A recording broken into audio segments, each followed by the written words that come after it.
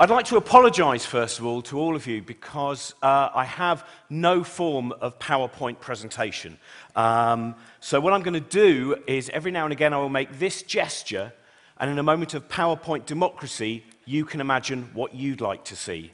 I do a radio show. The radio show is called The Infinite Monkey Cage. It's about science, it's about rationalism. So therefore, we get a lot of complaints every single week. Complaints including one that we get very often, which is to say that the very title, Infinite Monkey Cage, celebrates the idea of vivisection. We have made it quite clear to these people that an infinite monkey cage is roomy. We also had someone else who said the infinite monkey cage idea is ridiculous. An infinite number of monkeys could never write the works of Shakespeare. We know this because they did an experiment. Yes, they gave 12 monkeys a typewriter for a week, and after a week they only used it as a bathroom. So, the main element though, the main complaint we get, and one that I find most worrying, is that people say, oh, why do you insist on ruining the magic? You bring in science and it ruins the magic. Now, I'm an arts graduate. I love myth and magic and existentialism and self-loathing, right? That's what I do. But I also don't understand how it does ruin the magic. All of the magic, I think, that may well be taken away by science is then replaced by something as wonderful. Astrology, for instance, like many rationalists, I'm a Pisces. Now, astrology, we remove the idea of the banal idea that your life can be predicted, that you'll perhaps today meet a lucky man who's wearing a hat and it will change. That is gone. But if we want to look at the sky and see predictions, we still can.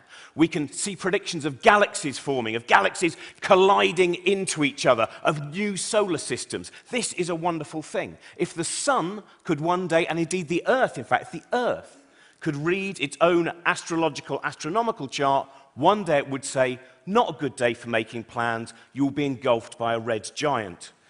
And that to me as well, that if you think I'm worried about losing worlds, well, many worlds theory, one of the most beautiful, fascinating, sometimes terrifying ideas from the quantum interpretation is a wonderful thing. That every person here, every decision you've made today, every decision you've made in your life, you've not merely made that decision, but in fact every single permutation of those decisions is made, each one going off into a new universe. That is a wonderful idea. If you ever think that your life is rubbish, always remember there's another you that's made much worse decisions than that. If you ever think, oh, I want to end it all, don't end it all. Remember that in the majority of universes, you don't even exist in the first place. This, to me, in its own strange way, is very, very comforting. Now, reincarnation, that's another thing gone, the afterlife, but it's not gone. Science actually says we will live forever. There is one proviso. We won't actually live forever. You won't live forever. Your consciousness, the you-ness of you, the me-ness of me, that gets this one go. But every single thing that makes us, every atom in us, has already created a myriad of different things and will go on to create a myriad of new things.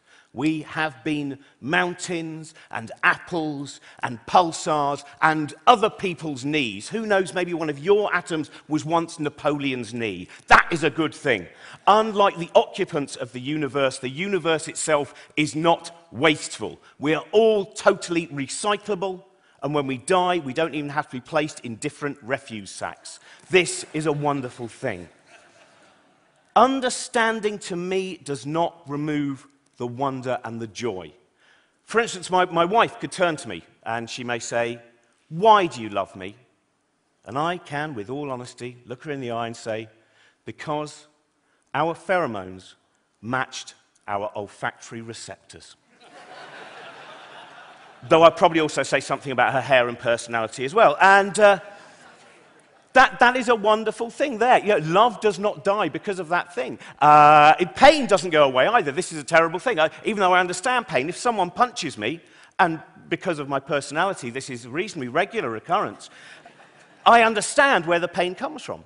It is basically momentum to energy where the forward vector is constant. That's what it is. But at no point can I react to go, ha! Is that the best momentum to energy forward vector constant you've got? No, I just spit out a tooth. That is all of these different things. The love for my child. I have a son. His name is Archie. I'm very lucky because he is better than all the other children.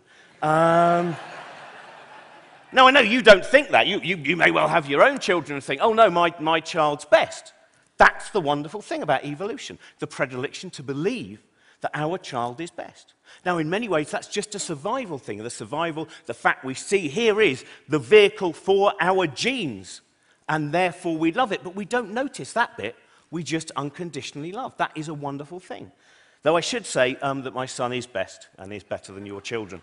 I've done some tests. And all of these things, to me, just give such joy and excitement and the wonder. Even quantum mechanics can give you an excuse for bad housework, for instance. Perhaps you've been at home for a week on your own.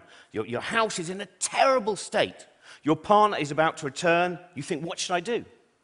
Do nothing.